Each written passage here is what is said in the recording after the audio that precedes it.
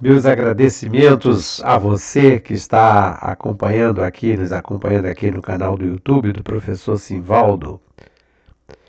Quero fazer um agradecimento muito especial a alguns amigos, são muitos, mas eu vou citar aqui alguns que estão sempre participando comigo, me apoiando, comentando, trazendo sugestões, como meu amigo Silvan Guedes. Silvan Guedes é diretor do museu, do Ecomuseu de Sepetiba, está sempre sugerindo e inclusive participando. Ontem, por exemplo, Silvan estava me apresentando aqui, que ele é um pesquisador também do Google Maps, e sempre que eu faço uma postagem ele vai lá conferir. Eu falei recentemente sobre o monumento do quarto centenário de Santa Cruz, inclusive na minha fala eu faço um comentário que alguém já chamou aquele monumento de pirulito. E não é que estava lá, o Silvan Guedes me mostrou, Praça do Pirulito. Então ele foi lá e alterou. Quer dizer, vejam só, Praça do Pirulito, que coisa, né? Um monumento daquele, uma coluna daquela importância histórica, cultural, Praça do Pirulito. Na verdade é um monumento que presta homenagem ao quarto centenário de Santa Cruz, 1567 1967. Então, obrigado ao meu amigo Silvan Guedes. Também não posso deixar de fazer uma referência ao grande amigo Márcio Antônio de Azevedo. O Márcio foi o primeiro colaborador, participante junto comigo do NOP. Antes de fundar o NOP, nós fazíamos reuniões aqui e o Márcio Antônio de Azevedo, ele foi o coordenador de pesquisa lá do NOP. E na época ele trabalhava no centro da cidade, ali nas proximidades da Cinelândia, numa empresa de manômetro e tinha a possibilidade de fazer pesquisa na Biblioteca Nacional. Ele saía no horário do almoço dele, dava uma fugida na Biblioteca Nacional. Naquela época nós tínhamos que frequentar mesmo o local para fazer pesquisa. E o Márcio Antônio de Azevedo, ele sempre teve um interesse muito grande pela presença dos viajantes estrangeiros em Santa Cruz. Então ele fez um levantamento muito completo de todos esses viajantes, desde o Debré, Thomas Ender, Mariagán, John Mauer, John Lecoq. Enfim, eu passei a ter conhecimento de alguns viajantes graças ao Márcio Antônio de Azevedo, que em 1984 escreveu um livreto, chamado História de Santa Cruz para Crianças. Este livro, nós conseguimos uma edição pela Câmara Municipal do Rio de Janeiro. Ele tem ilustrações do Luiz Fernando de Azevedo. Então esse livrinho foi distribuído para as escolas. Nós fizemos um lançamento, inclusive o Márcio fez questão de fazer o lançamento na Escola Municipal Ponte dos Jesuítas, onde ele estudou. Estiveram lá a antiga diretora, a professora Vera do Vale, dona Arida Altina, que tinha sido professora, dona Iracema, enfim, foi uma festa. O livro História de Santa Cruz para Crianças. Hoje é uma raridade, mas nós fizemos distribuição para as escolas, foram 5.000 exemplares e nós conseguimos essa publicação graças ao apoio do vereador Oswaldo Luiz, Felisberto de Carvalho, aqui de Santa Cruz, filho da dona Dione, de seu Oswaldo, e principalmente também ao Maurício Azedo. Maurício Azedo tinha um carinho muito especial aqui por mim, pelo NOP, por Santa Cruz. Foi um dos melhores presidentes da Câmara Municipal e nós conseguimos então esta publicação. Márcio Antônio de Azevedo, então, nossos agradecimentos. Outro também que eu não posso deixar de fazer um agradecimento é o Gabriel Billy. Gabriel Billy é um jovem, um rapaz, defendeu seu mestrado recentemente, fez uma pesquisa muito completa, muito ampla sobre o Carnaval de Santa Cruz. Além disso, o Gabriel já escreveu um livro muito interessante falando sobre a história do Brasil de uma maneira geral, mas de uma forma bastante saborosa e bem ilustrada. Então, agradecimento também ao Gabriel Billy por estar sempre incentivando. Atualmente ele está trabalhando como professor auxiliar lá na Universidade Federal Rural do Rio de Janeiro, e sempre que eu preciso de alguma informação sobre a Rural, sobre alguma pesquisa relacionada com a rural, ele vai e nos ajuda. Recentemente eu estava procurando informações sobre aquele monumento saneador, porque lá na Universidade Rural, na entrada, tem um monumento muitíssimo parecido que deve ser do mesmo autor. Lamentavelmente, até hoje, não consegui descobrir quem é o autor do Monumento do Saneador. Não tem assinatura, mas são dois monumentos semelhantes. E o Gabriel Billy tem colaborado comigo. Então, obrigado, Gabriel Billy. Minha ex-aluna Elaine foi a minha aluna na Joaquim da Silva Gomes. Recentemente encontrei com a Elaine numa festa lá da Escola José de Melo. E ela também está sempre fazendo comentários aqui no canal. O Gutenberg Castro, lá de Sepetiba, também sempre participa, sempre faz comentários, principalmente quando faço comentário em alguma relação com Sepetiba, como fiz aquela postagem, né, relacionada com o sabonete, o sabão Lameol. O Gutenberg participa, dá suas sugestões. Obrigado, Gutenberg. E o meu amigo Paulo César Chagas, que lá de Brasília, da capital federal, não esquece nunca Santa Cruz. Santa Cruz saiu dele, mas ele não saiu de Santa Cruz.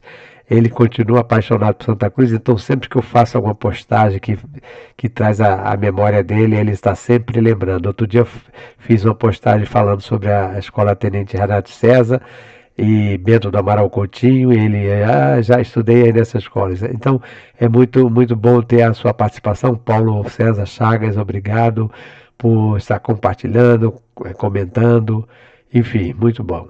Lande Silva também, meu ex-aluno no curso de turismo, também sempre fazendo seus comentários. Diariamente recebo um bom dia dele e a gente está sempre participando. É muito importante a gente estar recebendo esse retorno, porque é um incentivo, né? Incentivo para nós podermos continuar. Meus filhos, claro, Igor e Tati, não vou falar muito porque aí já é demais, né? Mas eles estão sempre também presentes, acompanhando, elogiando, e muito obrigado. E o meu amigo Claudinho Nascimento, o Claudinho do Som, que agora está com Santa Cruz Pod, né, que é um podcast que apresenta sobre notícias de maneira geral sobre Santa Cruz. Eu tive grande prazer, grande alegria e honra de ser sido convidado como primeiro a ser entrevistado pelo Claudinho do Som, e o Claudinho já se comprometeu aí pegando algumas postagens e também fazendo a divulgação. Quer dizer, isso aí tudo é muito bom. Tem muitos outros também que fizeram comentários, agradeço a todos. E vamos continuar fazendo esses comentários, sugestões, que isso é importante. E hoje cedo, hoje é dia 13 de outubro de 2023, sexta-feira 13, um bom dia para fazer uma postagem, né? Ainda está chovendo, uma chuvinha gostosa, uma garoazinha paulista aqui em Santa Cruz. Eu estive fazendo uma postagem rápida lá em frente ao Curral Falso, em frente à igreja de Nossa Senhora da Glória, do Curral Falso, que está passando por obras, grandes transformações. Eles vão construir ali, a prefeitura está construindo ali o novo ramal do BRT, que vai sair do centro de Santa Cruz.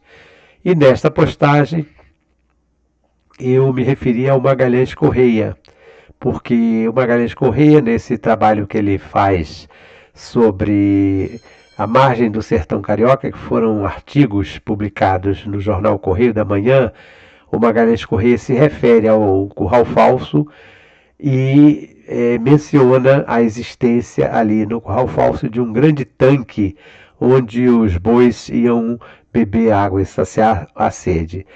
Mas o Magalhães Correia, nesses trabalhos, tanto no Terra Carioca, o Sertão Carioca, a margem do Sertão Carioca, fontes de chafarizes, ele sempre fez, ele era um geógrafo, também um historiador, um artista, né?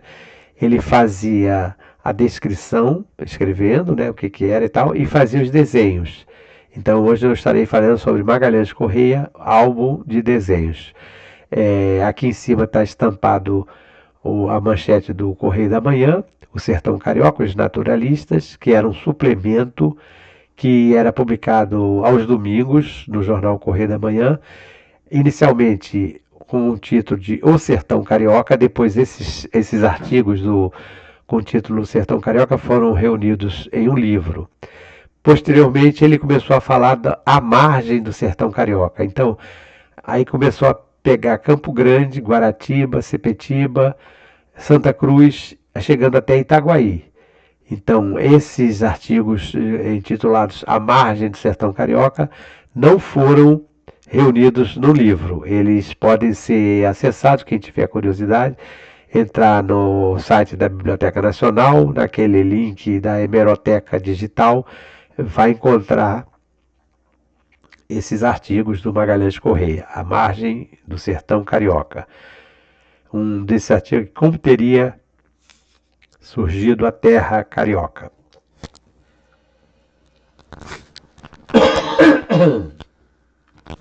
Me desculpe pela tosse. Começa a falar, surge a tosse. O nome dele completo, Armando Magalhães Correia. Gente e natureza de um sertão quase metropolitano.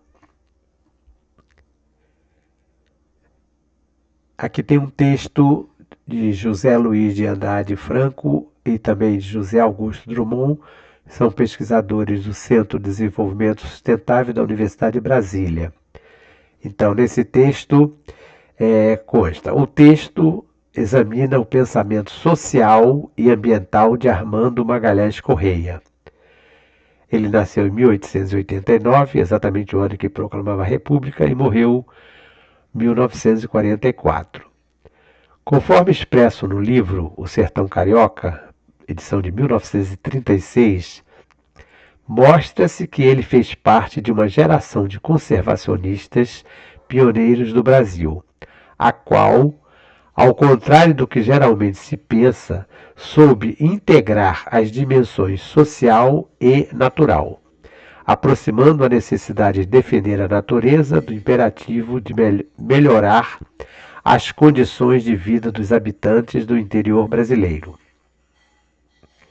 Ao focalizar as populações do entorno rural da cidade do Rio de Janeiro, por volta de 1930, o autor capta num microcosmo as distâncias sociais e culturais entre urbanos e sertanejos brasileiros. Descreve com acuidade o meio natural de uma área em grande parte urbanizada que vai da Baixada de Jacarepaguá à Pedra de Guaratiba. Trata das atividades produtivas de seus habitantes e faz sugestões políticas e conservacionistas que vieram a influenciar as políticas governamentais. Então, esse texto é do José Luiz de Andrade Franco e José Augusto Drummond. É um texto de abertura de uma edição já renovada do livro do Magalhães Correia. Aqui tem um retrato do Armando de Magalhães Correia, 1912, é uma reprodução que eu copiei da Hemeroteca Digital da Biblioteca Nacional. Então, essa hemeroteca eu sempre faço referência porque é uma possibilidade de acesso a qualquer pessoa, a qualquer pesquisador que se interesse em fazer essas pesquisas, hemeroteca digital. Então, é a democratização da informação, a possibilidade de você ter isso em casa, sem custo, né? Fazendo pesquisa em casa com muita tranquilidade. Aqui tem sobre a terra carioca, os mananciais da zona rural, do professor Magalhães Correia, que ele também era professor geógrafo, né? Então, é a capa da publicação, que saiu também nos jornais, e vocês observem que dentro desses mananciais, ele fez questão de colocar aqui a ponte, a represa e ponte dos jesuítas em Santa Cruz. Então, aqui tem o tombo na cancela do Olho d'Água. E aqui, represas das ciganas em Jacarepaguá. Então, são algumas referências, e aqui embaixo, Cascata Grande. Não consigo ler embaixo. O ambiente político e intelectual brasileiro nas décadas de 1930 e 1940 definia-se por um intenso nacionalismo, aliado ao desejo de modernização da sociedade e das instituições do Estado. É um período realmente muito interessante de se estudar. 1930 a 1940, porque 1930, todos lembram, foi o ano da Revolução, a grande Revolução, que foi deposto o presidente Washington Luiz e entra então Getúlio Vargas, inicialmente como chefe do governo executivo. Já em 1934 ele é eleito como presidente constitucional. Em 1937 ele se torna ditador, então é um período também bastante conturbado sob o ponto de vista político. Diversos temas foram objeto de debate e de reformas políticas nesse período: o trabalho, a indústria, a educação, a saúde, o arcabouço jurídico institucional, as manifestações culturais, o patrimônio histórico e a proteção à natureza. Setores significativos da sociedade mobilizaram em torno de cada uma dessas questões. Então, vejam que foram vários aspectos aqui. Em relação à educação, nós tivemos, por exemplo, o ministro Capanema, que era o ministro da Educação e da Saúde. Em relação ao patrimônio também, eu já falei aqui, nós tivemos o próprio Capanema, foi um grande incentivador, porque neste período, aí já 1937, que era o auge da ditadura do Getúlio Vargas, foi criado o IPHAN, o Instituto do Patrimônio Histórico e Artístico, hoje, né? Instituto do Patrimônio Histórico e Artístico Nacional. Como já falei, era diretoria, departamento, serviço, né? E hoje é instituto.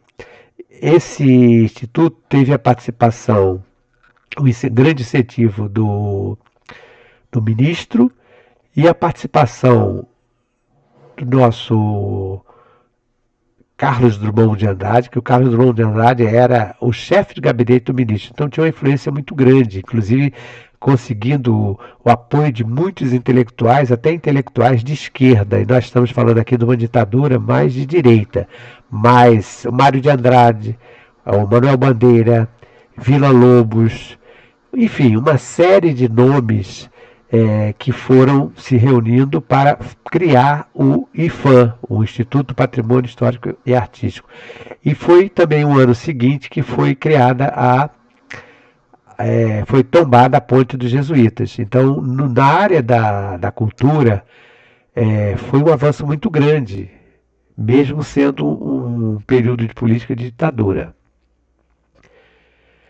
No caso da proteção à natureza, houve nesse período um grupo de interesse razoavelmente bem organizado, constituído em sua maioria por cientistas, intelectuais e funcionários públicos, que pretendeu fazer que o Estado implantasse políticas relacionadas à conservação do patrimônio natural brasileiro.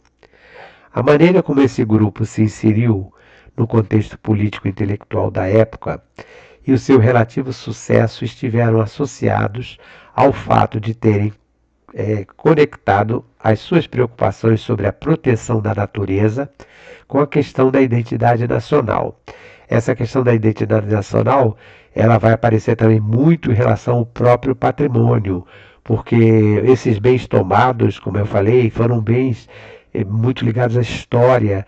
Eles chamavam monumentos de pedra e cal.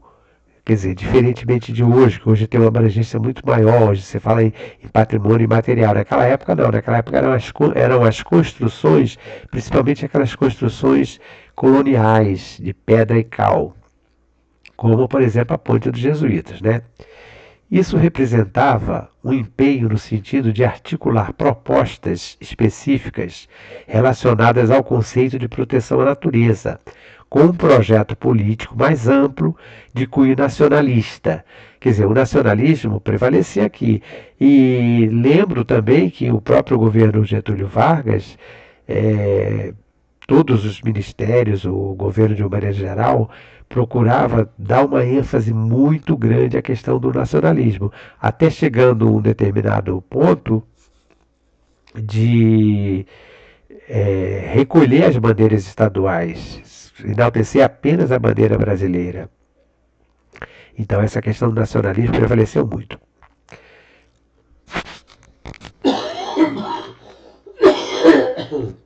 Perdão pela tosse. O objetivo principal deste texto é narrar e avaliar a relevância contemporânea e atual de uma contribuição literária exemplar da produção desse grupo. O livro O Sertão Carioca, de Armando Magalhães Correia, edição de 1936, além de uma descrição e de uma análise de trechos representativos do livro, o anexo iconográfico reúne uma amostra das excelentes gravuras de bico de pena com que Correia ilustrou seu texto.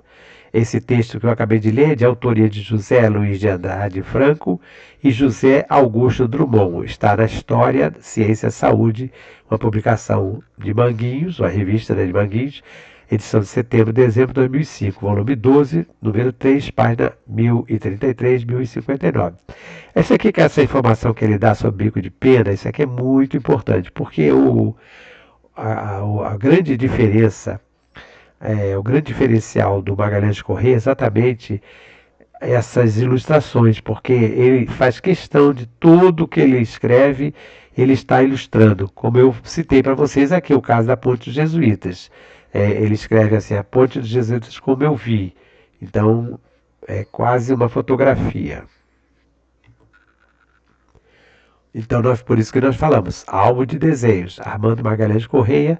No caso aqui, a Ponte dos Jesuítas, construída em 1752 e tombada pelo IFAM em 1938. Lembrando novamente, olha aqui, olha, 1938, um ano depois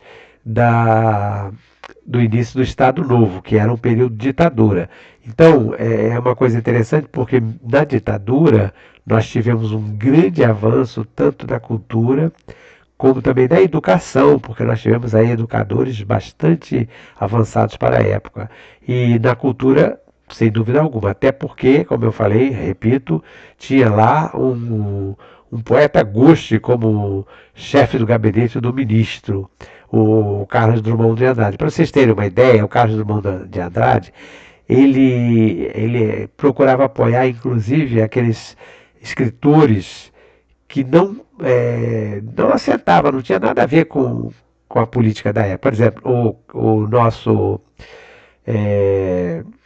vários escritores que estiveram presos, né? O caso do... Ai, meu Deus, foi embora agora.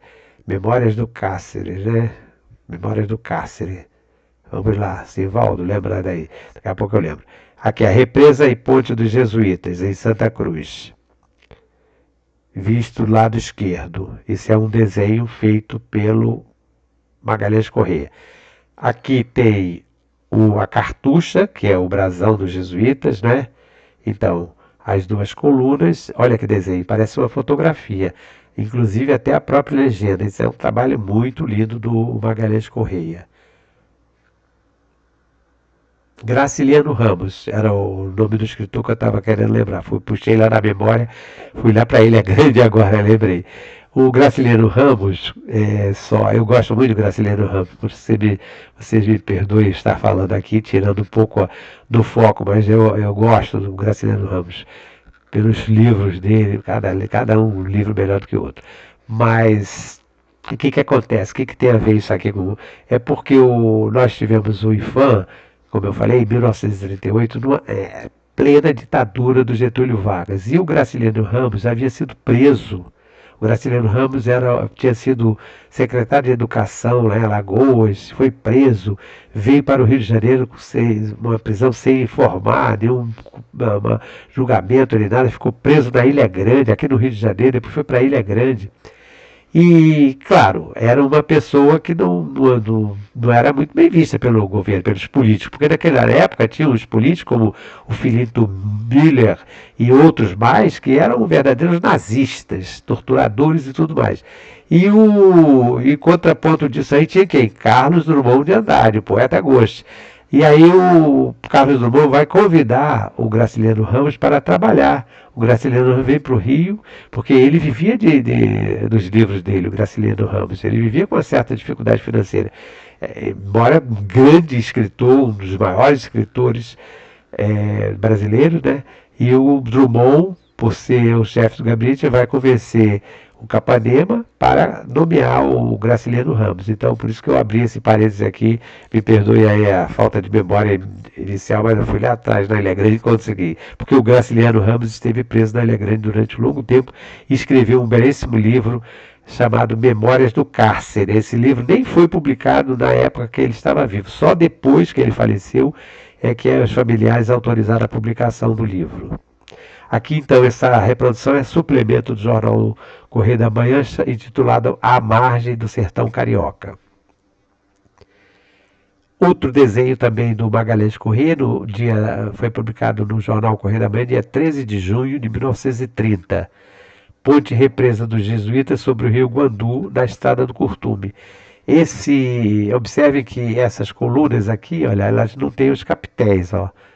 Aqui não tem o capitel, aqui tem essas colunas aqui, são aquelas originais. Aqui é o passadiço, essa partezinha aqui é onde fica aquela entrada, né, aquela portinhola que vai sair para o interior da ponte.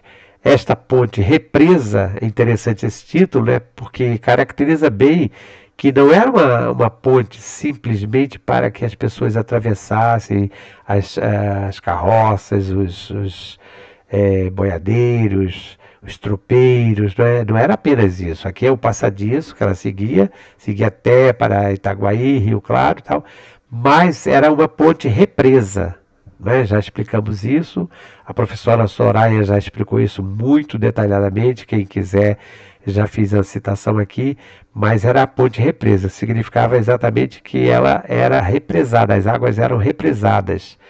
Então, em períodos de grandes períodos de estiagem, né, sem chuva, a ponte ficava como uma espécie de reservatório. Ali a água ficava acumulada em parte, né? E a partir de uma série de valas, de canais, de óculos, de taipas e tudo mais, as águas eram distribuídas para esses canais para irrigar os campos, alimentar o gado. E nos períodos de longas chuvas, principalmente no final e início de ano, abriam as comportas para que as águas pudessem circular direto para Sepitiba, para evitar exatamente que houvesse o acúmulo de água e criação de pântanos e a mortandade do gado. Então é um mecanismo fantástico.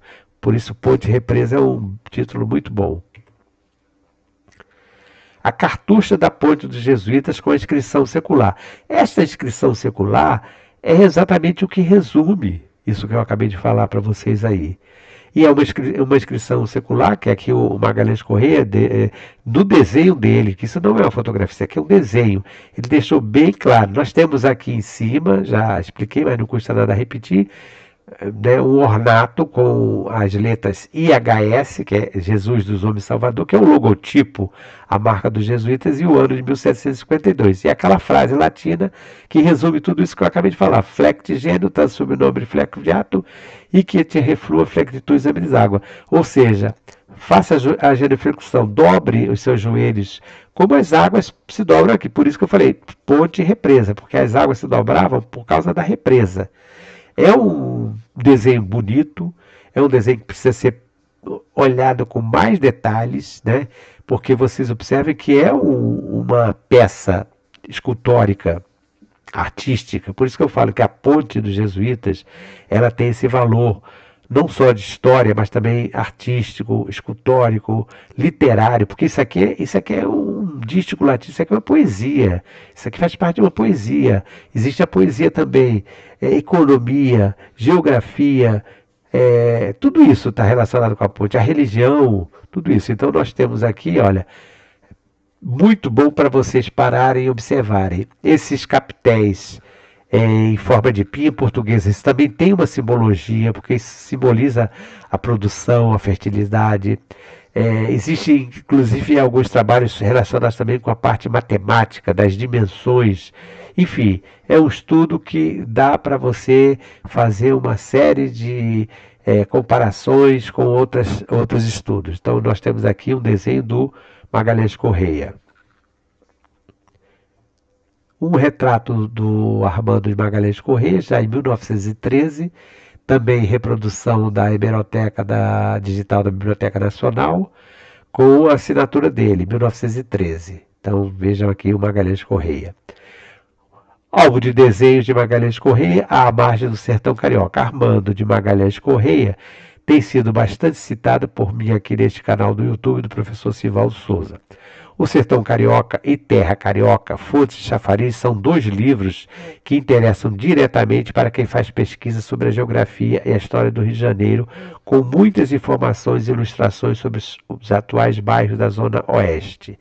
Neste O Sertão Carioca, ele pega aquela parte de Jacarepaguá, toda aquela região ali. E a Terra Carioca, Fontes de Chafariz, ele pega o Rio de Janeiro quase todo, chegando inclusive a Santa Cruz. Nessa Fontes de Chafariz, ele faz a apresentação da ponte dos jesuítas e também dos chafarizes que existiam, inclusive esse chafariz aqui, ó. A capa do livro inicial, a Terra Carioca. Aqui embaixo, Terra Carioca, Fontes de Chafariz. Essa aqui é a primeira edição, foi lançado no ano de 1939, por aí. Então, o livro Terra Carioca, Fontes de Chafariz, por exemplo, Magalhães Correia escreveu sobre Santa Cruz, destacando a presença dos padres da Companhia de Jesus. Há desenhos e descrições da ponte dos jesuítas, da fonte Wallace e de uma fonte metálica que existia nas imediações da então Escola Estados Unidos, onde hoje está instalado o Centro Cultural Municipal de Santa Cruz, Dr. Antônio Nicolau Jorge. Ontem, na postagem que eu fiz ontem sobre o fotógrafo do Rio, Augusto Malta, em Santa Cruz, eu falei um pouco mais detalhadamente sobre essa escola, Estados Unidos, que foi inicialmente a primitiva sede administrativa do Matadouro. Em 1886 ela se transformou a parte em Escola de Santa Isabel. Depois ela recebeu diversos nomes, um deles foi Escola Estados Unidos, depois Escola Técnica Santa Cruz, que não é essa escola técnica atual, era uma outra escola técnica onde estudavam só moças. E lá na frente, na entrada, do lado direito, que entrasse no portão principal do lado direito, tinha essa fonte, essa fonte da escola Estados Unidos. Então é uma imagem bonita, né, bico de pena, feita pelo Magalhães Correia, quase uma fotografia. Por incrível que pareça, eu não encontrei até hoje nenhuma fotografia desta fonte. Veja que fonte bonita. Infelizmente foi retirada de lá, não sabemos qual foi o paradeiro, mas ficava lá, exatamente lá em frente à escola. Esses dois livros, aqui nós temos um que faz parte da coleção Memórias Carioca. Ontem eu também falei sobre esse livro, essa coleção, né? Porque quando eu estava falando sobre o Augusto Malta, eu lembrei que tem um desses volumes, se eu não me engano, acho que é o volume 7, esse aqui parece que é o volume 5, acho que é o volume 5, que foi editado, foi publicado e distribuído em 1965. Quarto centenário do Rio de Janeiro. Até na primeira fala eu cito o quarto centenário de Santa Cruz. A gente fica com tanto Santa Cruz na cabeça e acaba falando besteira, mas 1965 foi o quarto centenário de fundação da cidade do Rio de Janeiro. E neste ano de 1965 foram publicados vários livros. Então saiu esta coleção Memória do Rio, com inúmeras publicações. Uma delas foi essa do Terra Carioca, Fontes de Chafariz do Magalhães Correia. A outra foi aquela publicação com as fotografias. Aquela publicação eu não detalhei muito, porque seria mais interessante mostrar as próprias fotos. Mas são fotos do Augusto Malta, principalmente, acho que são todas do Augusto Malta, que pega... Porque o Augusto Malta ele passou a ser fotógrafo oficial da prefeitura em 1903 e ficou até a aposentadoria já na década de 20. E todo esse período tinha uma produção grande, muito grande. Então, neste livro, né, que eu me referi ontem, tem essas fotos, por exemplo, das escolas, das repartições públicas, das reuniões dos prefeitos, dos vereadores, pegando uma história mesmo do Rio de Janeiro só pelas fotografias. Mas voltando aqui, o Magalhães Correia, então, apresenta aqui a fonte da escola Estados Unidos, que poucas pessoas já ouviram falar dessa escola. Então, escola Estados Unidos. Edição de 2017 da Fundação Biblioteca Nacional, editora Contracapa, com apoio da FAPERJ. Vejam que o trabalho é tão importante, tão bonito, que a primeira edição, falei, foi em 1936, e agora, recentemente, em 2017, a Fundação Biblioteca Nacional resolveu republicar. Praticamente foi feita uma publicação facsimilar, ou seja, copiaram direto. Armando Magalhães Correia, O Sertão Carioca. E eu aproveitei, né, fui lá e comprei meu exemplar. Esse aqui é a capa do meu exemplar.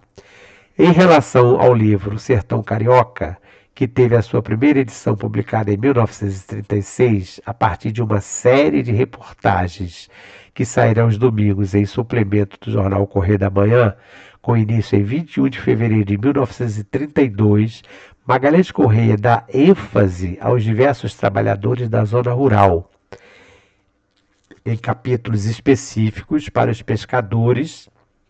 Inclusive tem muitas reportagens sobre os pescadores de Sepitiba, os machadeiros, os carvoeiros, as esteireiras, os cesteiros, os tamanqueiros, os bananeiros, etc., com os quais mantiveram contato direto em suas excursões pela planície de Jacarepaguá, maciços da Tijuca e da Pedra Branca, Lagoas e Restinga do antigo Distrito Federal e outros. Então, esse sertão carioca, ele pega essa área daqui. Quando vai chegar à margem do sertão carioca, que infelizmente não foi publicado em livro, ele já pega a parte mais da Zona Oeste, chamada Zona Oeste, ou Triângulo Carioca, que no caso é Campo Grande, Guaratiba, Sepetiba, Santa Cruz, Paciência, Jesuítas, e ele vai até Itaguaí. Então, por isso que ele deu tiro à margem do sertão carioca. O Correio da Manhã, 7 de maio de 1939, tipos rurais. É por isso que naquele texto inicial há uma informação, né, da preocupação do Magalhães Correia em fazer a ligação da questão do meio ambiente com a questão social. Então ele fez questão de registrar aqui a presença dos tipos rurais. Observe bem o desenho, década de 30, né, do Magalhães Correia Bico de Pena. Realmente é um trabalho muitíssimo interessante. Vaqueiros dos Campos de Santa Cruz, desenho a bico de pena, de autoria de Armando de Magalhães Correia, à margem do sertão carioca, jornal Correio da Manhã, 1939. Esses vaqueiros, a presença desses vaqueiros, vem desde a época dos jesuítas, né? Porque quando os jesuítas se estabeleceram aqui em 1589, eles ficaram durante 170 anos até a expulsão, em 1759, a fazenda era principalmente uma fazenda dedicada à criação de gado. Tanto que faz uma referência ao padre Pedro Fernandes como padre fazendeiro, porque era realmente um fazendeiro.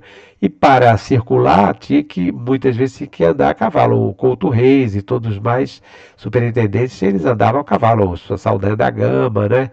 Porque não existia possibilidade, não tinha van, não tinha ônibus, não tinha trem, não tinha nada disso.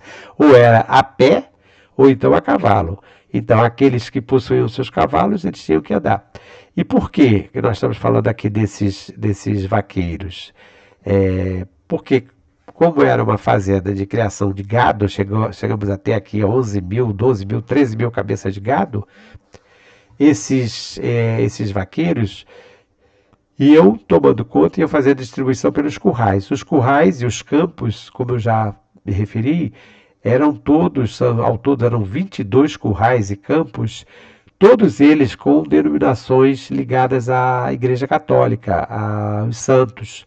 Campo de Santo Inácio, Campo de Roma, Campo de São José, vai por aí afora. Campo de Nossa Senhora da Conceição, vai por aí afora, né?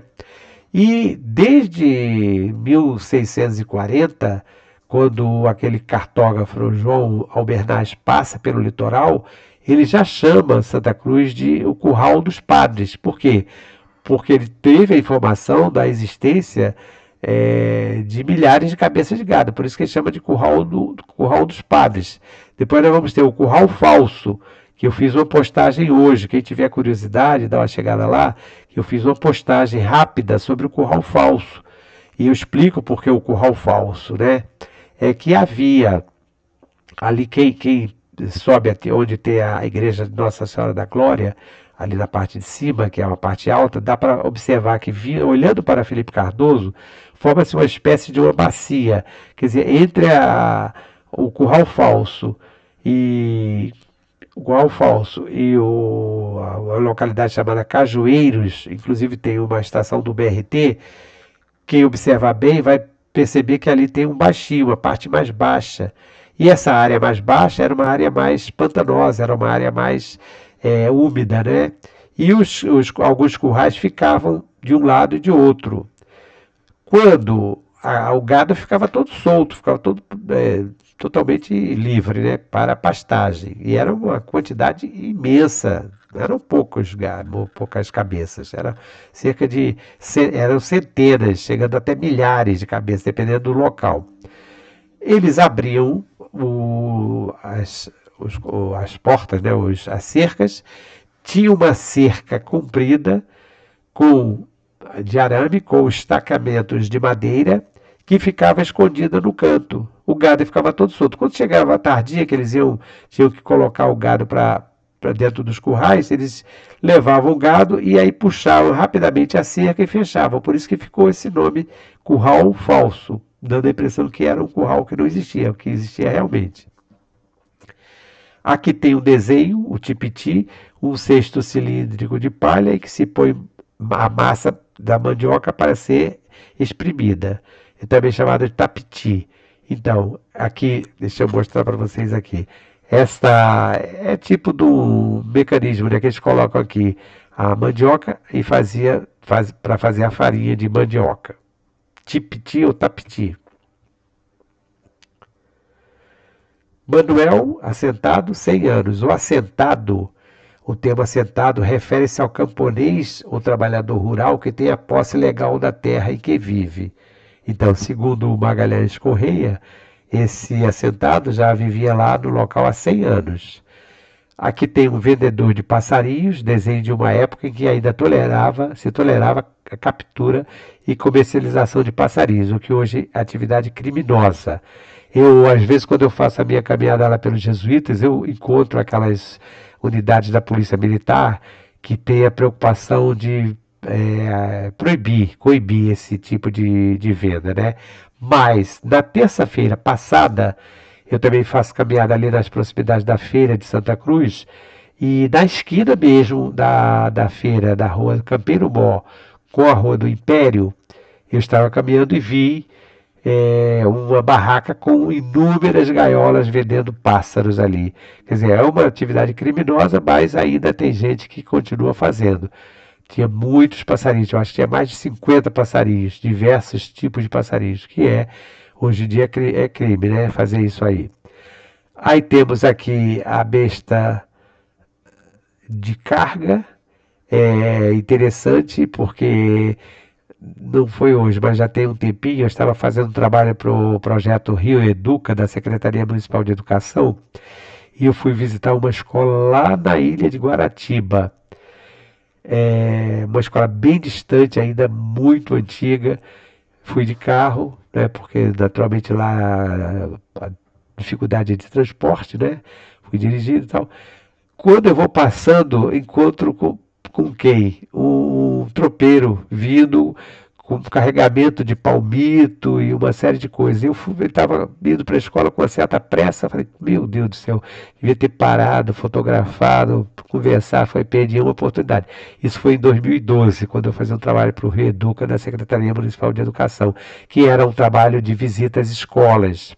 Eu visitei todas as escolas da 10ª CRE, de Santa Cruz, Sepetiba, Paciência, Guaratiba, entrevistava a equipe da direção, professores, procurava dar um destaque a algum trabalho projeto político-pedagógico da escola, alguma atividade diferenciada da escola, né? E aí encontrei esse tropeiro e não tive a chance de fotografar. Depois fiquei muito arrependido, mas fazer o quê, né? Quem sabe outro dia. Então, nesse álbum aqui, nós temos o Pescador de Sepetiba, em 1939, também aqui de Sepetiba, três ilustrações feitas em Sepetiba. Porque vejam vocês aqui, aquele livro inicial que eu falei do Sertão Carioca foi de 1936. Depois da publicação, ele passou então a escrever esses artigos já à margem do Sertão Carioca. Então, esses artigos de 1939. Mas, lamentavelmente, não foram reunidos em um livro. Quem sabe se não aparece alguém que se interesse de reunir esse material todo e se transformar num livro, porque daria um livro muito interessante. Você veja que tem a descrição, porque ele faz a descrição, né? E os desenhos, desenho bico de pena. Aqui ele escreveu a ponte dos jesuítas que conheci. Então, quando ele esteve na ponte, vocês observam que ainda tem algumas árvores aqui. Ele fez esse desenho do lateral da ponte, que é o lado ao contrário do Rio Guandu, não é? Mas aqui já tem, já foi feita a retificação, a água já não passa mais por aqui, porque a retificação foi feita no período anterior, né, final de década de 20, mas início da década de 30, do governo do Getúlio Vargas. Observe que aqui nós vamos contar aqui quantas colunas tem, né? Uma, duas, três, essas são as colunas aqui.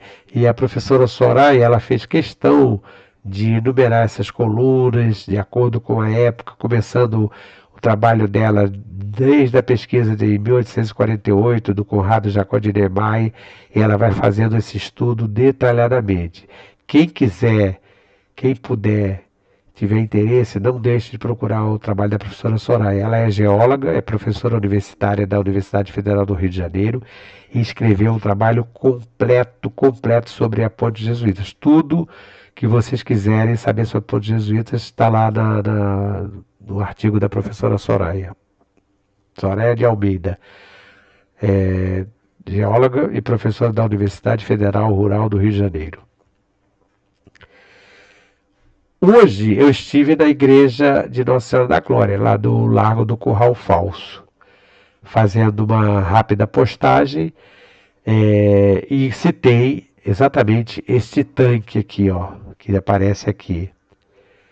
Igreja de Nossa Senhora da Glória, padroeira da localidade, teve princípios no século XIX, com licença para ser aberta ao público em 31 de janeiro de 1917, sendo inaugurada em 2 de fevereiro do mesmo ano. Suplemento Jornal Correio da Manhã, a margem do Sertão Carioca, 21 de maio de 1939. Então, o Magalhães Corrêa se refere à Igreja Nossa Senhora da Glória, esse prédio aqui. Mas, neste mesmo local, foi construída uma pequena ermida, uma pequena capela. Provavelmente era bem menor do que essa que aparece aqui. Essa ermida, ela é citada naquele livro, naquela história sobre as notícias curiosas, não é? De Santa Cruz. Isso tudo foi escrito pelo escrivão Pedro Henrique da Cunha. Esse Pedro Henrique da Cunha, esse artigo, esse material, eu vi na seção de manuscritos da Biblioteca Nacional. É um caderno, um livro, né, com mais de, acho que 380 páginas, escritas de um lado e de outro, ainda tudo manuscrito, não foi passado ainda para um texto datilografado nem impresso, né? E ele cita exatamente que quando ele chegou lá, isso 227 anos depois do Cristóvão Monteiro, ele encontrou ruínas de uma igreja que havia ali, que era uma pequena capela, uma pequena ermida, que essa capela foi construída a mando do Cristóvão Monteiro, que foi o primeiro proprietário de Santa Cruz. O Cristóvão Monteiro recebeu as doações de uma sesmaria chamada Sesmaria de Guaratiba, lembrando que as sesmarias estavam ligadas ao sistema de capitanias hereditárias, criado pelo rei Dom João VI, Dom João III. O sistema de capitanias hereditárias visava o quê? o povoamento do Brasil, porque na época havia uma preocupação, nós estamos falando aqui 1500 e pouco, 1533 por aí, havia uma preocupação de que alguns países, a França, a Inglaterra, a Holanda, estavam tentando invadir, chegaram a invadir, a França mesmo invadiu, né? Tanto no século XVI como depois no século XVIII, o território brasileiro. Então, a criação do sistema de capitanias hereditárias visava fazer isso, fazer com que fossem nomeados nobres, que seriam os capitães hereditários, para que ocupassem as terras. E dentro dessas capitanias existiam as subdivisões que eram as seis marias, que também visavam isso. Quer dizer, a capitania era de um porte maior e as seis marias um porte menor. E o Cristóvão Monteiro, que veio de São Paulo para participar da expulsão dos franceses aqui no Rio de Janeiro, ele, aproveitando esse fato, ele vai requerer e vai conseguir a doação de terras, tanto terras em Laranjeiras, que ele morava em Laranjeiras, mandou fazer um moinho para beneficiamento do arroz, como em Santa Cruz, em Guaratiba e Santa Cruz. Santa Cruz, ele se estabeleceu exatamente aqui, no Largo do Curral Falso. E a igreja, as ruínas foram localizadas 227 anos depois, pelo escrivão Pedro Henrique da Cunha, ficava exatamente aqui. Então, quem me perguntou, Paulo, não sei se foi o Paulo Chagas ou foi o Gutenberg, onde é que ficava a fazenda? Acredito que não seja uma fazenda como nós entendemos hoje. Talvez fosse um pequeno sítio, um pequeno engenho, embora as extensões territoriais fossem gigantescas, as ruínas demonstram que era uma coisa pequena. Então, era nesse mesmo local foi construída uma pequena ermida, uma pequena capela. Esta capela não era ainda em devoção à Nossa Senhora da Glória, e sim, inicialmente, devoção a Santa Cruz. Era uma capela de Santa Cruz. Posteriormente, a devoção passou a ser a São José.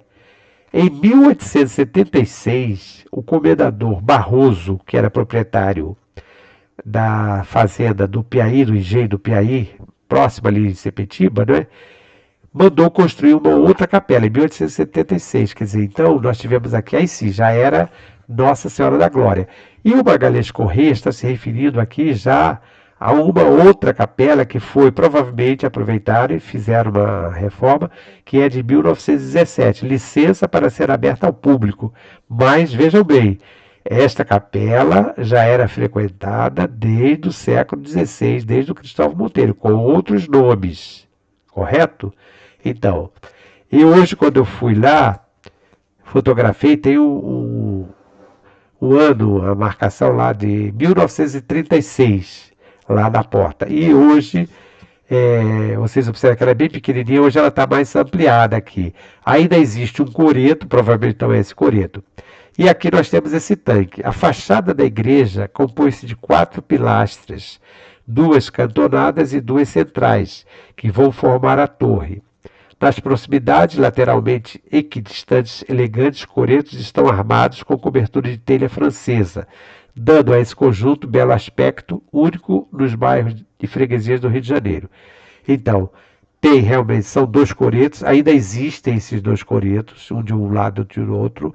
Não, provavelmente não é esse coreto aqui, porque já fizeram outro, até esse coreto aqui, eles estão fazendo uma outra construção aqui em cima, está ficando uma coisa muito feia, porque vai ter aquela característica de coreto, mas está lá. E esse aqui continua lá atrás também. Aqui ele não fez referência a esse tanque, não sei se tem mais à frente, acho que tem, mas aqui tem um tanque onde o gado vinha beber água. E era também um local onde os tropeiros vinham retirar água. Está o tanque aqui, tanque de 1883 no Largo do Curral Falso, olha só. Era grande, né? Então aqui tinha uma bica, olha a água caindo aqui, enchia o tanque, o gado vinha e bebia água aqui. Ao centro da praça há um tanque com uma pilastra prismática de pedra, datada de 1883. Mais abaixo a bica de metal que fornece água da represa da Mendanha pela sua caixa do Mirante, situado em terreno de nível superior à estrada, é calçado por grossas lajes de granito. 21 de maio de 1939, no suplemento Correio da manhã, à margem do sertão carioca. Então, observem que aqui ele está fazendo uma referência que a água que era que abastecia o mirante no início, ela vinha do Mendanha. Então, aqui tem esse tanque, não tem mais nada hoje, né? Outro ponto importante também, quando ele vem aqui na década de 30, é o Zeppelin sobre os campos de Santa Cruz. Entre as fazendas do Piaí e Santa Cruz, a Piaí ela fica bem em Sepetiba, já prometi que vou falar sobre ela, né? Acham-se os campos de São José, região escolhida para o mais moderno centro aeronáutico do mundo, do Sindicato Condor e Companhia Zeppelin, que aí construíram o aeroporto. Então tem o aeroporto, tinha também o ramal ferroviário com uma estação. Quem viu aquela postagem que eu fiz no dia do 35º Passeio Ciclístico do Corredor Cultural, promovido pelo repórter fotográfico Reinaldo de Azevedo, eu estive acompanhando meu amigo Claudinho do Som, do Santa Cruz Pod, né? Eu fiz uma postagem no interior do hangar e eu falo sobre isso, sabe? Sobre essa construção do ramal ferroviário, que foi uma exigência, porque os passageiros vinham de Frankfurt, da Alemanha, passavam por Sevilha, na Espanha, de Sevilha vinha para Pernambuco, Recife, de Recife vinham para o Rio de Janeiro. No Rio de Janeiro, no início, 1930, no início das primeiras viagens, não era em Santa Cruz, eles aterrissavam no Campo dos Afonsos. Só a partir de 1936, quando foi construído o hangar, é que os voos vieram para Santa Cruz. O hangar começou a ser construído em 1934 e terminou em 1936. O hangar de 270 metros de comprimento, 50 metros de altura e largura livre, tem o seu esqueleto de aço especial cobreado. Na parte sul do hangar, há um portão para a entrada da aeronave, de 2 folhas, com uma altura de 50 metros, de forma circular, correndo as mesmas num círculo e conduzindo a sua parte superior por uma guia especial patenteada. Vejam bem, aqui ele fala em 50 metros, né? Em outras postagens, temos a informação de 58 metros ou 60. Eu acredito que seja um pouquinho mais do que 50 metros, tanto em termos de altura como em termos de largura. Agora, o interessante é porque foram 2 dirigíveis, o Graf Zeppelin e o Hindenburg, que vinham sobrevoando os campos de Santa Cruz e aterrissavam exatamente onde hoje é a base aérea de Santa Cruz. Aqui é um desenho que ele fez, o Magalhães Correia, baseado naquela aquarela do Debré, né? O Jean-Baptiste Debré, que veio com a missão artística francesa. Então, exatamente, ele aproveitou a cenografia do Debré e compôs esse bico de pena. Em 1816, falecia Dona Maria I e o regente Dom João tomou luto por um ano.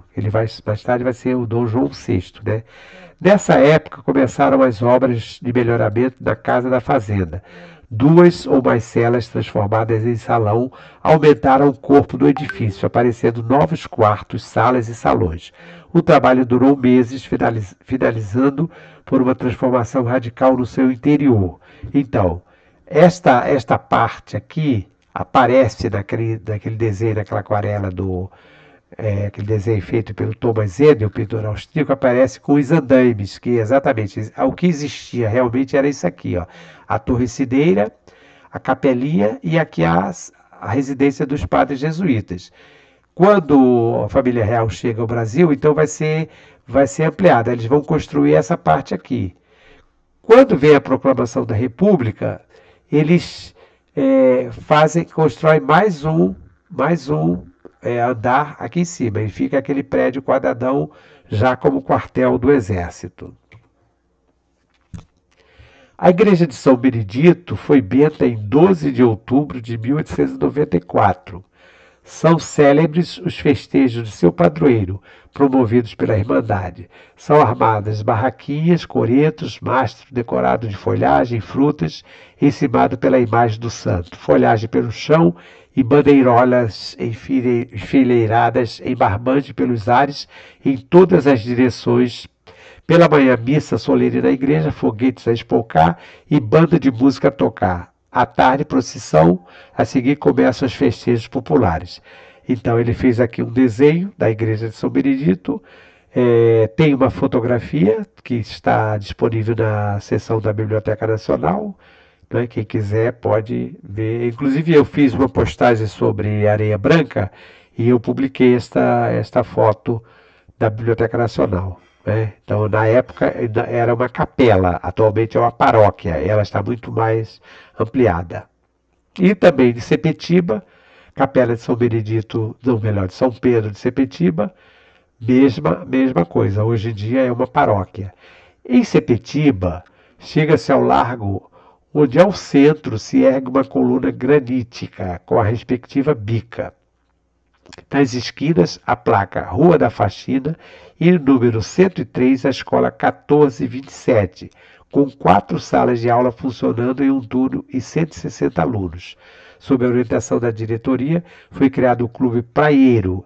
Desse estabelecimento de ensino, do lado oposto à esquerda da Rua da Faxina, levanta-se uma capelinha isolada em devoção a São Pedro, na Rua da Praia, esquina da Pedro Leitão, edificada por provisão de 9 de setembro de 1895. Quer dizer, a igreja está lá, está ampliada, mas interessante que ele fala dessa escola 1427, que eu, inclusive, já publiquei uma foto dessa escola, uma foto do Augusto Malta, na postagem que eu fiz ontem. Quem observar vai localizar essa escolinha lá em Sepetiba. Marco da Fazenda de Santa Cruz. Este marco, ele ficava localizado ali na Avenida Cesário de Melo, nas proximidades da entrada do que hoje o pessoal chama de Favela do Aço. Atualmente está em frente ao quartel. Na Estrada Real de Santa Cruz, no trecho denominado Avenida Cesário de Melo, depois do Marco 10, encontra-se à esquerda o Marco número 7, da divisão da Fazenda Nacional de Santa Cruz. Uma coluna prismática com a coroa imperial e as iniciais P1 na face principal, tendo nas outras faces, na direita 1826, na esquerda FN e na posterior N7. Assente sobre uma laje quadrada, é resguardada nos ângulos por pequenas cabeças de frade. Tudo de granito. Este marco constitui a linha divisória entre os distritos de Campo Grande e Santa Cruz. Aqui há uma certa confusão quando ele fala do marco 10 e o marco número 7. Esse marco aqui não pode ser confundido com o marco de léguas. O marco número 10, o marco número 11, o 8, o 7. O 7, inclusive, é um conhecido bairro, né? Eles são marcos de léguas, são bem diferentes. Esse marco aqui, como eu falei já ontem, na postagem que eu fiz, uma postagem também lá em frente ao marco, era um marco geodésico. E tinha aqui também, olha, uns protetores desses marcos, né? Em volta dele, né? Resguardada nos ângulos por pequenas cabeças de frade. Então são cabeças de frade, são 4 cabeças de frade que tinha aqui. O Marco 11 também tinha essas cabeças de frade. Antigo Hospital da Fazenda Imperial de Santa Cruz, mais tarde foi usado como residência do Campeiro Mó e no início da República ficou conhecido como Palacete do Durich, por fazer parte das terras arrendadas por ele quando fundou a Companhia Agrícola. Com a sua falência, o palacete foi vendido em leilão em 1942. Vejam aqui, eu peguei um recorte, o importante leilão, Santa Cruz, massa falida da Companhia Agrícola e Pastoril Santa Cruz, do Palacete, sede da companhia e grandes áreas de terreno. Então, era a venda, né, em leilão, a sede administrativa da fazenda. Ficava nas proximidades ali onde hoje se encontra o Hospital Municipal Dom Pedro II. Infelizmente não restou mais nada, só algumas ruínas lá atrás, onde hoje tem uma espécie de acúmulo de moradores, né? Uma espécie de favelazinha. No ângulo da encruzilhada da Estrada Real de Santa Cruz está situada uma venda e esparsas casas de negócios particulares dando vida ao povoado. Há vários meios de transporte para essa localidade, animais, carros, automóveis e ônibus de Santa Cruz à Pedra de Sepetiba, visto ser a chave das estradas de Santa Cruz. Então, mais ou menos nas proximidades do Curral Falso ali, tem aquele largo, né, do Curral Falso, com a entrada para Felipe Cardoso, que era o início da Estrada Geral de Santa Cruz, depois Estrada Real de Santa Cruz, depois Estrada Imperial de Santa Cruz, hoje é Felipe Cardoso. Quem vem de lá, da Felipe Cardoso, quando chega à esquerda, continua pela Cesário de Melo. Também era a antiga Estrada Geral de Santa Cruz, ela ia até a esplanada do Castelo, até o Paço Imperial. E quem vai para a direita, vindo da Felipe Cardoso, subindo pela Felipe Cardoso no sentido Curral Falso, entrando na direita, ia sair no antigo caminho do povoado de Sepetiba, que atualmente chama-se Estrada de Sepetiba. Inclusive tem um marco ali, marco do povoado de Sepetiba.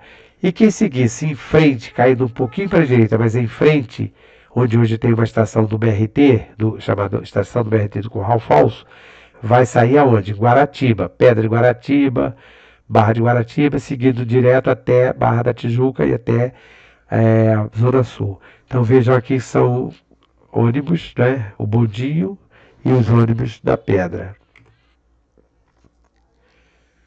Junto ao quartel do 2º Regimento de Cavalaria em Santa Cruz, existe uma fonte Wallace, no meio de um tanque de cimento armado. Então, esse é um desenho bico de pena, um desenho parece uma fotografia, né? Aqui nós temos aqui são 4, né? Aqui pelo desenho dele aparece, mas são 4 cariátides, que são aquelas figuras femininas. Elas têm uma voluta aqui na cabeça. É uma imagem muito bonita dessa fonte Wallace, né? Como eu falei, é um projeto do Charles Lebourg, juntamente com o Richard Wallace. O Richard Wallace era um inglês que estava na França, estava em Paris, em 1870. Foi na época da Guerra Franco-Prussiana, a população de Paris estava passando por dificuldades, inclusive com falta d'água, e o Charles Wallace, o Wallace, né, ele vai fazer, como ele era muito rico, o pai dele, o Richard Wallace, né, Charles Lebourg era o escultor, o Richard Wallace foi o doador. Como ele era muito rico, ele tinha uma herança, ele vai mandar fazer um projeto, juntamente com o Lebourg, para doar essas fontes à população de Paris, que eram fontes, observem que a água cai por aqui tem um tubo, né, sobe na pressão e desce aqui, as pessoas tomavam água, bebiam água aqui. Então ele vai fazer doação de 100 exemplares desses para Paris e outras cidades francesas, e depois mais outros exemplares para algumas cidades em volta do mundo, inclusive o Brasil, vai também para o Canadá, vai para a Itália, tem vários países que tem essa fonte Wallace.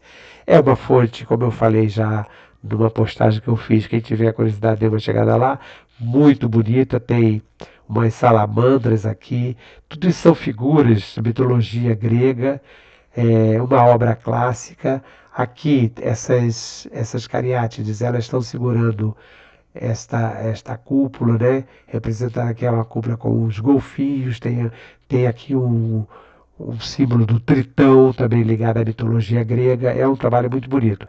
Então, a água desce por aqui e as pessoas abastecem. Eu vejo que tem uma concha vieira.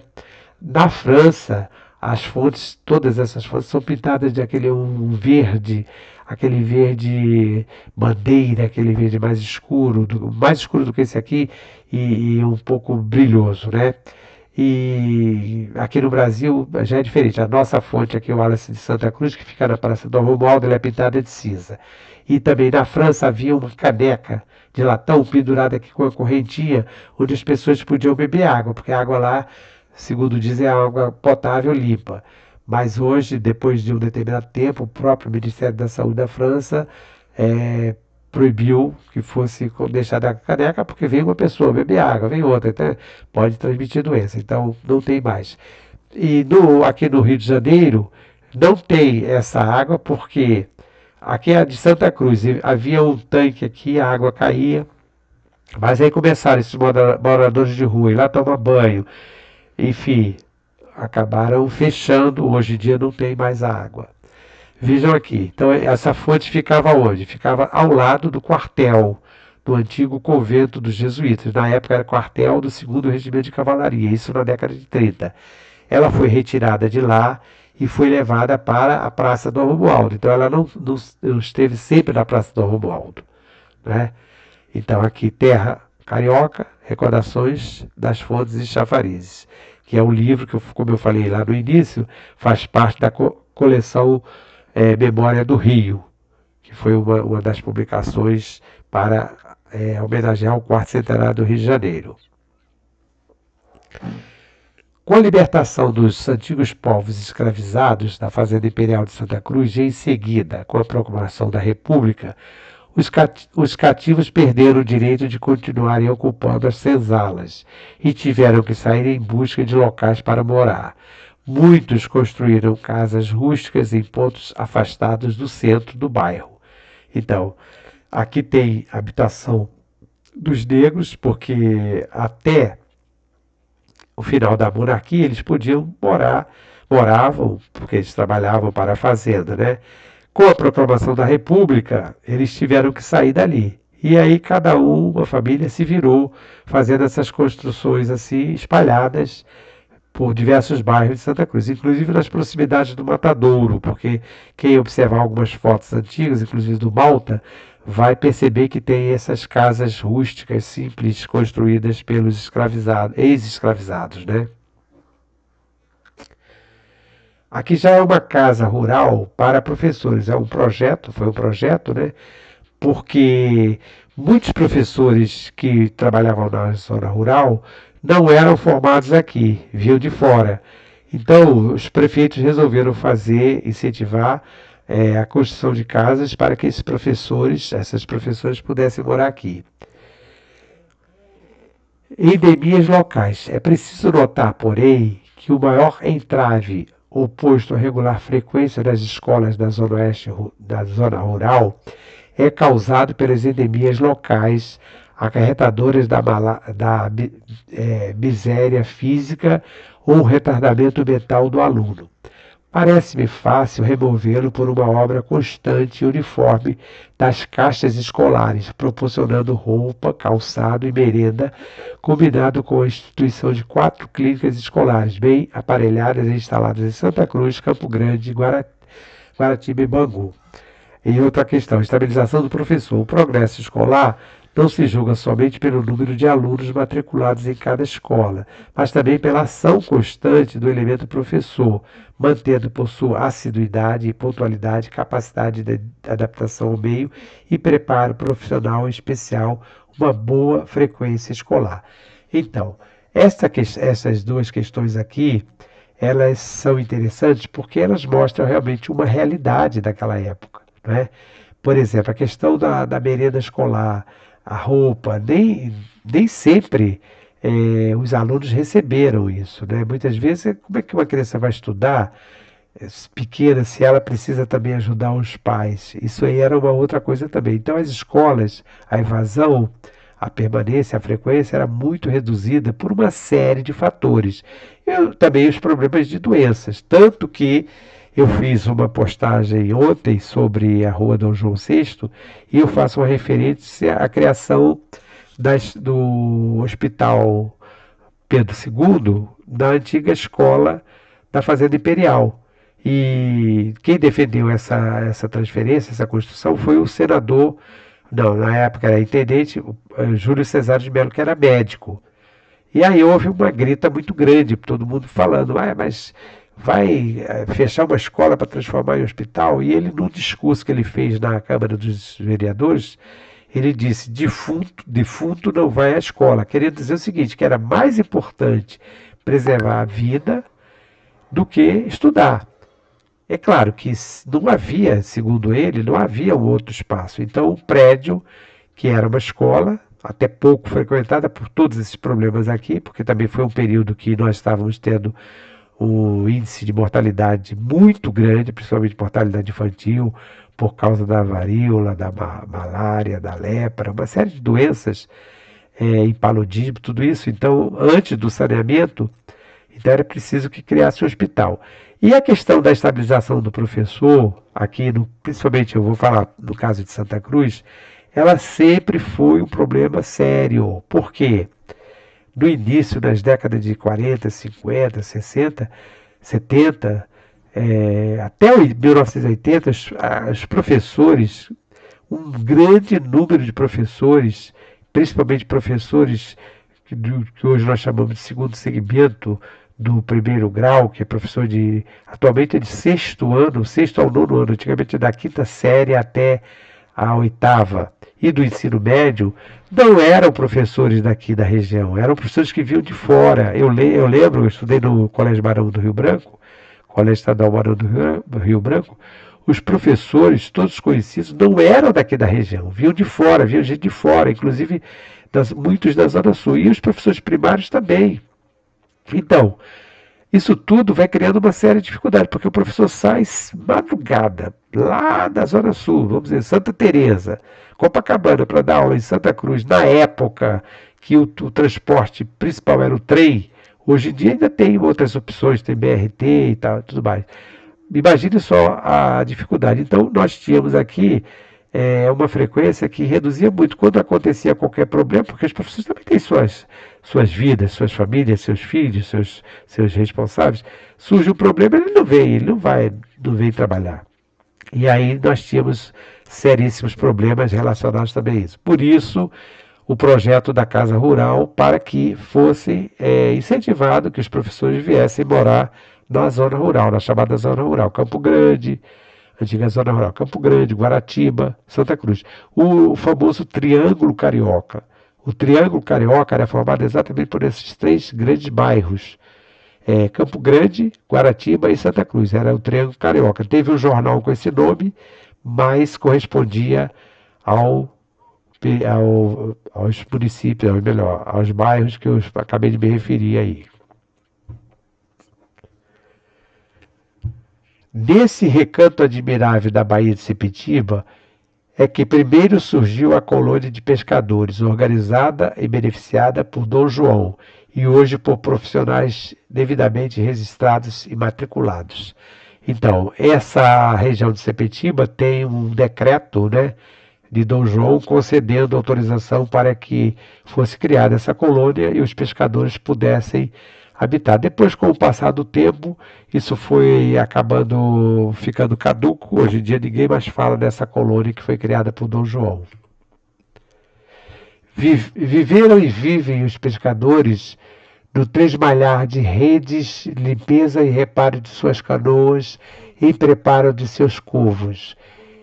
É comum encontrar-se à sombra de árvores grupos trabalhando, se dedicando também à pesca. Aqui é o suplemento do jornal Correio da Manhã, mais do Sertão Carioca. Vejam eles jogando a tarrafa e as garças tentando pegar o peixe que sobra, Isso, gente, quando Sepetiba era realmente um paraíso para a pesca. Hoje em dia está um pouquinho mais difícil por causa do assoreamento, como eu já mostrei naquela postagem que eu fiz sobre o sabão lamiol. O pescador é o tipo do trabalhador humilde, já pela profissão ingrata e de pouco lucro, que ainda requer grande resignação, persistência e desprendimento pela vida. Pobre, honrado, observador e fiel narrador de fatos relativos ao seu mistério, em contraste com o caçador, que é mentiroso por índole, em suas reuniões praieiras, ouvir suas narrações e episódios é aprender coisas do mar. Muitos nunca foram à cidade. São, por assim dizer, regionalistas, felizes em sua simplicidade e sem a vaidade que impregna o tipo da zona urbana. Então, ele está sendo um pouco preconceituoso em relação aos caçadores. Não quer dizer que todos os caçadores sejam mentirosos.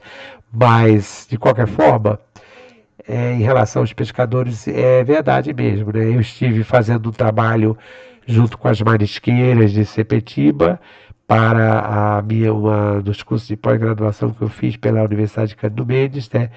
Escolhi trabalhar com as marisqueiras e ouvi muito, muito, muito esse depoimento dessas marisqueiras e também entrevistando membros da colônia dos pescadores de Sepetiba, colônia Z15. E aí nós ouvimos histórias interessantíssimas, né? Aqui, Bela Marajoabeira, na praia de Sepetiba, uma árvore também que eu andei procurando para ver que é isso. Marajoabeira, não consegui identificar que tipo de árvore é essa. Depois eu vou consultar o meu amigo paisagista, o Manfred Berft, alemão, para saber o que é isso aqui, a marajoabeira. Não sei se o Silvan Guedes, diretor do Ecomuseu de Sepetiba, sabe que árvore é essa. É marajoabeira. Vou procurar mais um pouquinho. Parte do litoral de Sepetiba, principalmente nas proximidades da base aérea de Santa Cruz, ainda se nota a presença de mangues, que no estudo da fitogeografia são as florestas ou associações vegetal halófila, em que predomina esse tipo de árvore que se pode formar junto à praia. As praias, né? A foz de rios ou na margem lamacenta de portos, rios, lagoas, etc., também conhecido como mangal ou manguezal. Eu conheci alguns manguezais pelo Brasil afora, né? Lá em Santa Catarina, também em Belém do Pará, em Sepetiba também. Só que o mangal, o manguezal, dependendo da localidade, dependendo das circunstâncias, ele não é uma coisa tão boa. Lá, por exemplo, lá em Sepetiba, o manguezal acabou sendo afetado pela poluição, principalmente depois do rompimento de um dos tanques lá da antiga empresa Engar, né? E contaminou toda aquela região. Mas o manguezal é uma espécie de berçário, né? Onde tem a criação dos peixes, dos crustáceos, dos animais marinhos. Então, aqui nós temos mangue vermelho, siriba ou siriúba e o mangue branco. Então, aqui mata halófila, né? Terminando, quando ele fala que, principalmente na base aérea de Santa Cruz, eu ainda lembro de ter percorrido com o meu amigo Ivan e com a Bianca Wilde, lá do Ecomuseu, um trecho que foi permitido pela base aérea para que o Ecomuseu pudesse realizar as visitas de reconhecimento, de pesquisa, não é? Então, infelizmente, os comandantes atuais não estão permitindo, mas era um local interessante, é um local interessante para o conhecimento, porque quando você chega num espaço desse, você começa a ver o quanto é bonita a natureza. E neste local existe ainda o mole que foi tomado agora este ano, foi tomado recentemente, há poucos meses atrás, pela Prefeitura do Rio, reconhecendo como um patrimônio histórico construído. Esse mole que fica em Sepetiba, acredito que seja aqui um pedaço dele aqui, olha, era tipo de um pier, uma grande proteção construída com pedras, por onde trafegava um antigo bondinho, um bondinho marítimo, um bondinho que saía de Santa Cruz, aqui da rua Senador Camará, e ia até Sepetiba. E nesse local havia também uma companhia de navegação. Essa companhia de navegação foi chamada Companhia de Navegação Santa Cruz. Companhia de Navegação Santa Cruz. Isso no final do século XIX, início do século XX. Posteriormente, ela foi chamada Companhia de Navegação Rio-São Paulo. E, pasmem, mas ela saía, os navios, né, os vapores, era um navio a vapor, embarcações que saíam de Sepetiba, iam até Itacuruçá, Mangaratiba, Angra dos Reis, até Paraty. A proposta é que as viagens fossem até Santos. E eu também para a Ilha Grande e faziam viagem de ida e de volta. Havia uma interligação com a Companhia de Bondes e com a Estrada de Ferro Dom Pedro II, atual central do Brasil, para que houvesse a coincidência dos horários. Quer dizer, o trem chegava, os passageiros que vinham para cá pegavam o bonde, do bondinho pegava o barco e dos barcos eles seguiam para essas viagens. Eu fico perguntando o seguinte: Será que isso aí é inviável nos dias de hoje? Acredito que não. Acredito que não. Acredito que, por exemplo, por que não é, manter uma linha de bonde? Claro, não vai ser mais bondinho puxado a mão, mas por que não manter uma linha de bonde de Santa Cruz a Sepetiba com bondes modernos, evitando, por exemplo, esse número enorme de vans, de ônibus e de carros circulando para lá e para cá? Se tivesse ali no local uma linha com um bonde que pudesse trazer, ia melhorar significativamente. Por que não também manter uma linha de embarcações modernas, rápidas, de lanchas, de Sepetiba até Mangaratiba, passando por Itacuruçá, indo até Angra dos Reis e Paraty? Será que isso aí é impossível? Não é impossível, não é impossível. Com certeza não é impossível. Então, infelizmente, o nosso transporte ferroviário, nosso transporte modal de ônibus e o nosso transporte fluvial, aquático, foi sendo esquecido em detrimento, em valorização, né, dos transportes rodoviários, que poluem muito mais, cria engarrafamento, porque quem passa ali, por exemplo, quem sai da Areia Branca e vai para Sepetiba de carro, ou de ônibus, ou de van, sabe do que eu estou falando. Determinados horários ali é um verdadeiro sofrimento. Se nós tivéssemos ali um bonde, uma linha de bonde paralela, ainda acho que ainda tem espaço para isso, ia melhorar significativamente. Tirava essas vans de circulação e passava o bom dia, assim como ele parava no Matadouro, continuava parando. Uma estaçãozinha no Matadouro, outra na Areia Branca e outra em Sepetiba. Por que não isso aí? E a mesma coisa em relação ao transporte hidroviário, transporte aquático. Eu imagino que se isso seja possível. Só está faltando o quê? Faltando alguém que tenha credibilidade para levantar essa proposta na Câmara Municipal, na Assembleia Legislativa, no Congresso Nacional. Claro que isso aí vai ter que envolver muita gente. E quem é que está interessado nisso? Mas tenho convicção de que isso é possível. Não estou falando aqui como um sonhador, estou falando como uma pessoa que sabe que isso é possível. Nós já tivemos em Santa Cruz isso, em Sepetiba isso, eu acho que pode ser feito. Não estou falando em voltar a botar bondinho puxado a cavalo a burro, mas sim em um bonde moderno. Não estou falando num vaporzinho como existiu o vapor Sepetiba, cheio de problemas. Estou falando em lanchas modernas. É possível, sim. Eu acho que sim. Então, encerrando aqui a minha postagem, um abraço a todos, um bom final de semana e até uma próxima apresentação. Se você gostou, já sabe, né? Não deixe de compartilhar e de comentar. Até uma próxima.